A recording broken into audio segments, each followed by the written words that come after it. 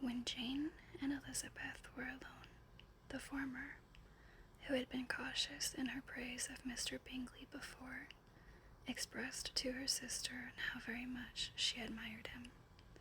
"He is just what a young man ought to be," she said.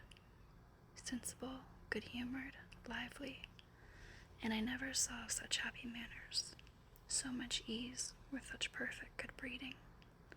"He is also handsome," replied Elizabeth, "which a young man ought likewise to be if he possibly can.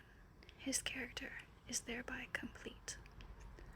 I was very much flattered by his asking me to dance a second time.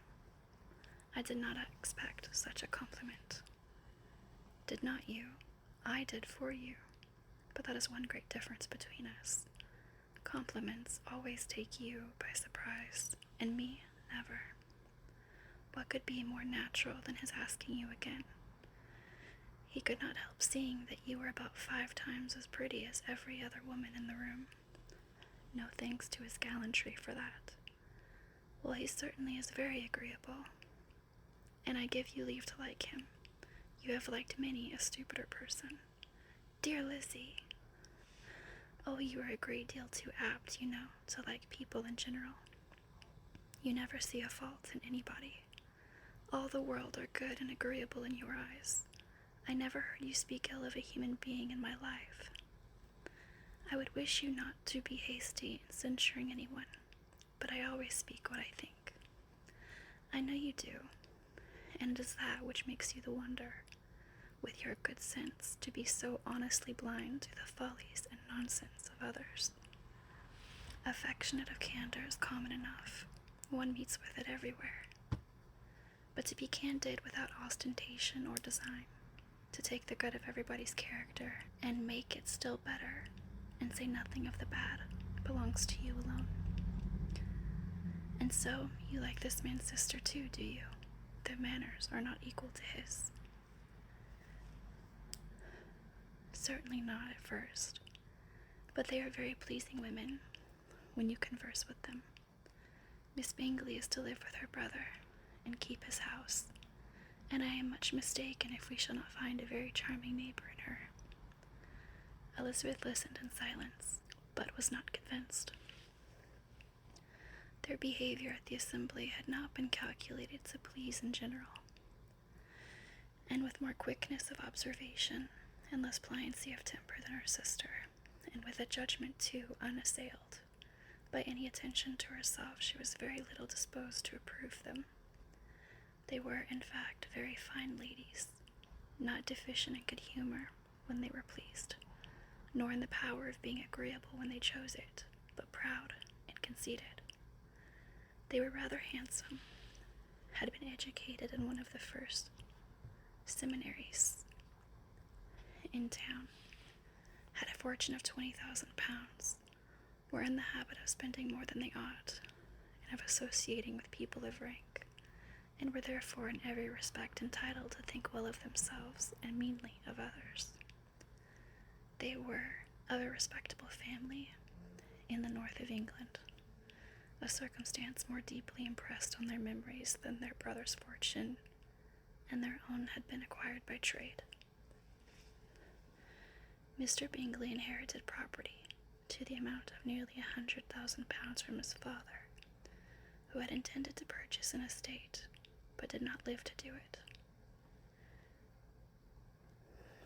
Mr. Bingley intended it likewise, and sometimes made choice of his county, but as he was now provided with a good house, and the liberty of a manor, it was doubtful to many of those who best knew the easiness of his temper, whether he might not spend the remainder of his days at Netherfield, and leave the next generation to purchase. His sisters were very anxious for his having an estate of his own, but though he was now established only as a tenant, Miss Bingley was by no means unwilling to preside at his table, nor was Miss Hurst, who had married a man of more fashion than fortune, less disposed to consider his house as her own when it suited her. Mr. Bingley had not been of age 2 years when he was tempted by an accidental recommendation to look at Netherfield House, He did look at it, and into it, for half an hour, was pleased with the situation in the principal rooms, satisfied with what the owner said in its praise, and took it immediately. Between him and Darcy, there was a very steady friendship. In spite of a great opposition of character, Bingley was endeared to Darcy by the easiness, openness, and ductility of his temper, though no disposition could offer a greater contrast to his own, and though with his own he never appeared dissatisfied. On the strength of Darcy's regard, Bingley had the firmest reliance, and of his judgment the highest opinion. In understanding, Darcy was the superior. Bingley was by no means deficient, but Darcy was clever. He was at the same time haughty, reserved, and fastidious, and his manners, though well-bred, were not inviting. In that respect his friend had greatly the advantage.